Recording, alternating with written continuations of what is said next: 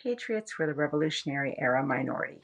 Before and during the Revolutionary War, the Patriot movement never had anything close to the support of 50% of the free population.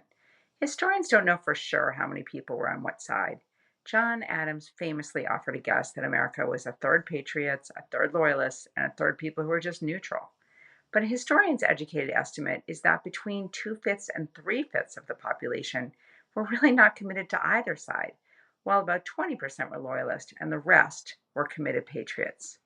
Patriots and loyalists were both minorities because the American Revolution was never just a conflict between two clear-cut sides. Nearly half the people living in North America who were affected by the American Revolution did not wholeheartedly support either side, at least not for the whole 8 years of war. The problem is that most people did not choose a side in 1774 and just stay there. Allegiances were fluid and complicated. Most people who were forced to choose a side did so when the war came to them.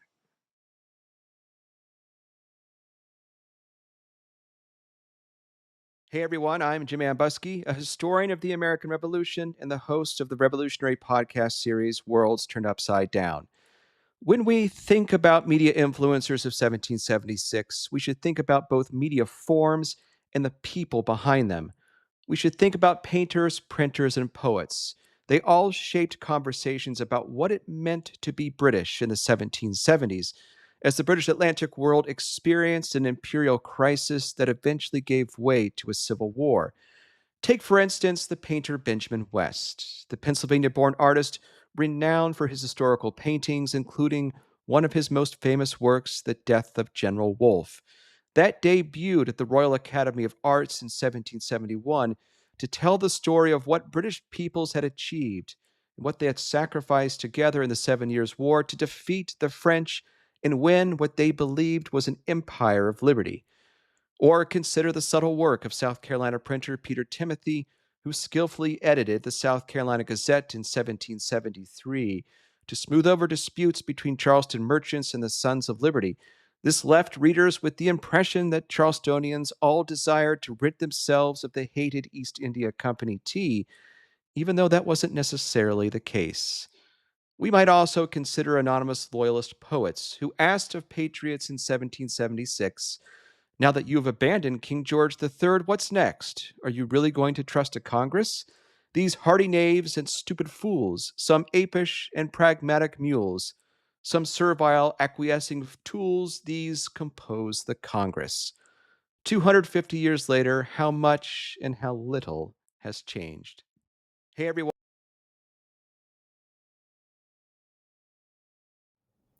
The American Revolution had English supporters. The public tends to see the American Revolution as a war of national independence between the Americans and the British. When the revolution began, however, most Americans and Britons understood it as a civil war among British subjects with loyalties divided on both sides of the Atlantic. Over the first year of the war, most American revolutionaries fought to secure not independence, but restoration of their liberty under English law. Just as the King's cause had loyalist supporters in America who took up arms against the revolution, so the American cause had supporters in England even after the war began. Over the decade which preceded the outbreak of war, American patriots opposed the new imperial policy as a violation of their traditional liberties as free-born Englishmen. In Britain, the statesman William Pitt's political faction, the Patriot Whigs, used this same rhetoric to defend the British Constitution against Crown policy. Believing that constitutional liberty in England and America would rise or fall together, Pitt helped secure repeal of the Stamp Act of 1765, and he was feted throughout the colonies as the savior of American freedom. From out of the Patriot Whigs grew a new political faction of middle-class reformers called the Radicals, led by John Wilkes. The raucous, sometimes riotous protests by their supporters and the London crowd provided a model of civil disobedience to the Sons of Liberty.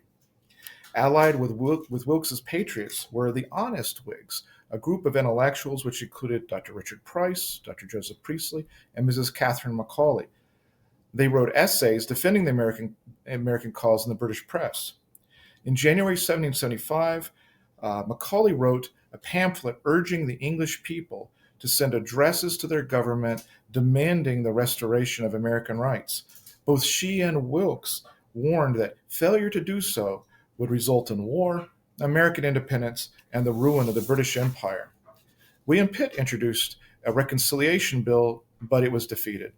London and many English cities sent petitions to the king and parliament, but they fell on deaf ears. When war broke out in America, the Earl of Effingham resigned his commission as a captain in the British Army rather than violate the liberties of his fellow subjects. For months after the war began, English supporters of the American cause continued to petition and protest. By August 1775, support of America became punishable in England as sedition and treason, and the king's men cracked down on dissent. One radical, John Horne, spent a year in prison for raising money to relieve the widows and orphans of the men cruelly murdered by the king's troops at Lexington and Concord. Once they learn about America's English supporters, the public today can better understand the American Revolution, not just as the first chapter of U.S. history, but as yet another chapter in the much longer story of the British revolutionary tradition.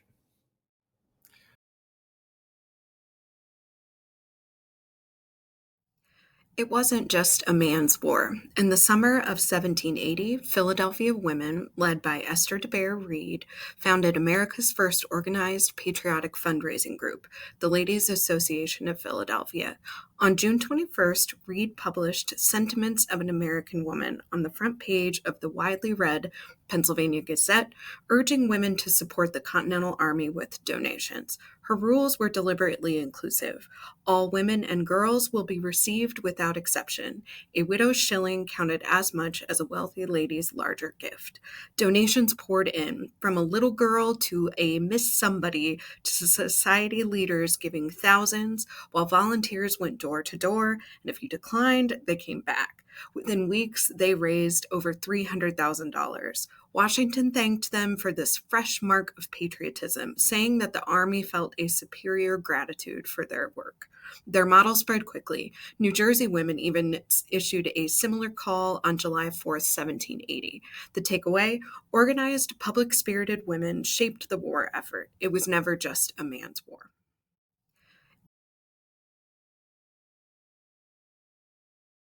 1777, General George Washington made a bold, controversial, but ultimately successful decision that would change the face of the military and also public health policy.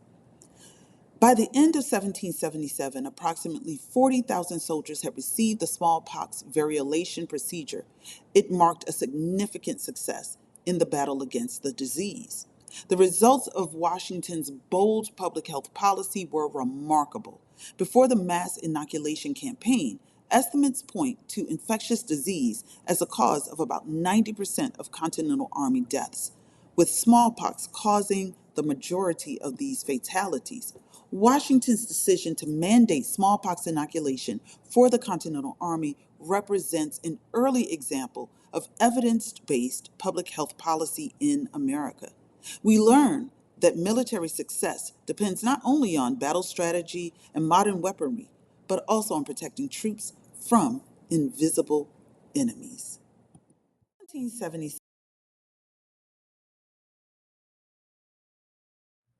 In the American Revolution is the prehistory of U.S. immigration and citizenship.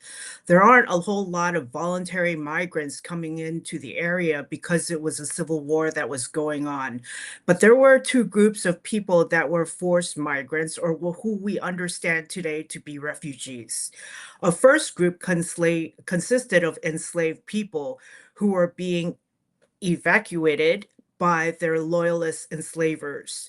The second group consisted of loyalists themselves, numbering in the hundreds of thousands, of which 1 out of 6 would be forced to flee because laws in every former colony said that loyalists could not stay in the area and laws inhibited their ability to earn a living.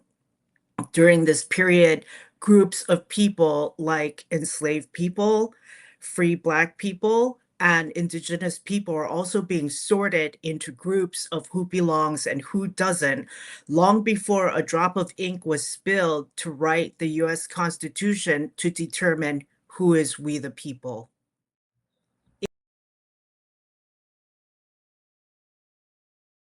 These are the times that try men's souls, Tom Paine wrote in 1776. The summer soldier and the sunshine patriot will, in this crisis, shrink from the service of their country. Paine was using summer's opposite, winter, to describe America's time of trial. He did that during the Little Ice Age, the last big shift in climate before our own, running from about 1300 to 1850, a severe test of early American creativity and solidarity. No, I'm not saying that climate caused the American Revolution, but we can't understand the revolution fully without seeing how American political resistance existed at a time of climate resilience. Throughout the colonial period, the Little Ice Age killed crops, froze harbors, disrupted trade, and made fuel so expensive people went out at night and tore down each other's fences. No wonder colonists felt vulnerable to the material and economic challenges that preceded the break with Britain. But notably, even as politics drove people apart, science remained a unified and respected field of inquiry. On both sides of the Atlantic, investigators established key facts about climate, scientific principles still used today. So, at the very start of US history, Americans were grappling with problems in both the political and natural realms. We're doing that hard work yet again. But consider some final words from Tom Paine. We have this consolation with us that the harder the conflict, the more glorious the triumph. These are the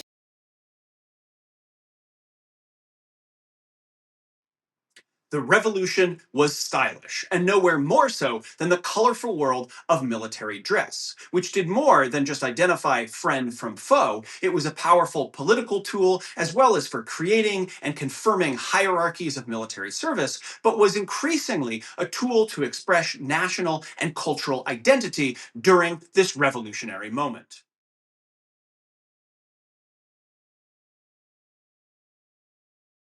Most Americans don't know that African Americans fought for their liberty and freedom during the American Revolution. Groups of men in New England petitioned for their freedom, and Black women led the way in suing for their freedom. And it is very important for us to understand how revolutionary ideas were not simply adopted, but also reshaped by these men and women struggling for their freedom. Historians like to call them African founders or Black founders of the American Republic. I would rather encourage you to look at them as the founding critics of the American Republic. They understood that their fight against chattel slavery was going to be a long haul when the 13 colonists rebelled against the British Empire for their own freedom. They insisted that the kind of slavery that they endured was far worse than the political slavery that the colonists and the patriots complained about. They argued that their kind of slavery was something that was far more egregious. And in comparison to that, the patriot cause seemed virtually trivial. So not only did they chide American patriots for their hypocrisy in fighting for their own freedom while enslaving others, but they also drew attention to their plight as human property to be bought and sold with absolutely no rights. As one of these famous freedom petitions put it, we have no country, we have no family, we have no wives, we have no property. Slavery to them was not just social but political death, and that is what they were fighting against.